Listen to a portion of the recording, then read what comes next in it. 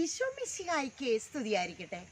പരിശുദ്ധ കർമ്മല മാതാവും പരിശുദ്ധാത്മാവും ചേർന്ന് നയിക്കുന്ന കാർമൽ റൂഹ മിനിസ്ട്രി യൂട്യൂബ് ചാനലിലേക്ക് യേശുനാമത്തിൽ എല്ലാവരെയും സ്വാഗതം ചെയ്യുകയാണ്. മർത്ത, മറിയം നമ്മുടെ ജീവിതത്തിലെ കടന്നു വരുന്ന രണ്ട് കഥാപാത്രങ്ങളാണ് മർത്തായും മറിയവും. എന്നാൽ ഈശോ പറയുന്നു, മറിയം നല്ല ഭാഗം തിരഞ്ഞെടുത്തിരിക്കുന്നു. നമ്മുടെ ജീവിതത്തിലെ ഒരുപാട് വ്യഗ്രതകളും ഒരുപാട് ജോലി തിരക്കും എല്ലാം കഴിഞ്ഞു വരുമ്പോൾ മർത്തായെ പോലെ പരാതി പറയുകയും അസ്വസ്ഥതപ്പെടുകയും ചെയ്യാണ് ബാക്കി വരുന്നത്.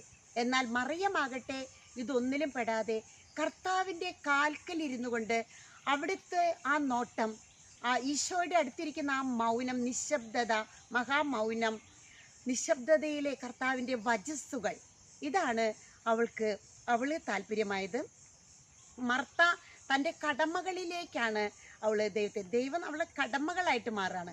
എന്നാൽ കാൽപാദത്തിൽ ഇരിക്കലാണ് മറിയത്തിന് സായുജ്യമായത്.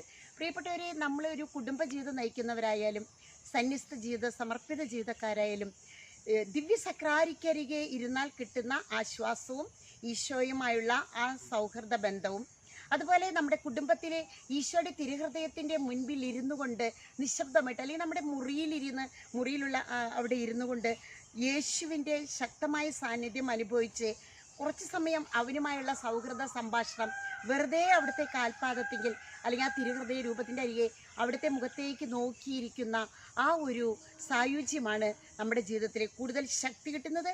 വലിയ പവർ, നമുക്ക് ജീവിക്കാനുള്ള ശക്തി, ജീവൻ നമുക്ക് ലഭിക്കുന്നത് അവിടെ നിന്നാണ്. ആമേൻ.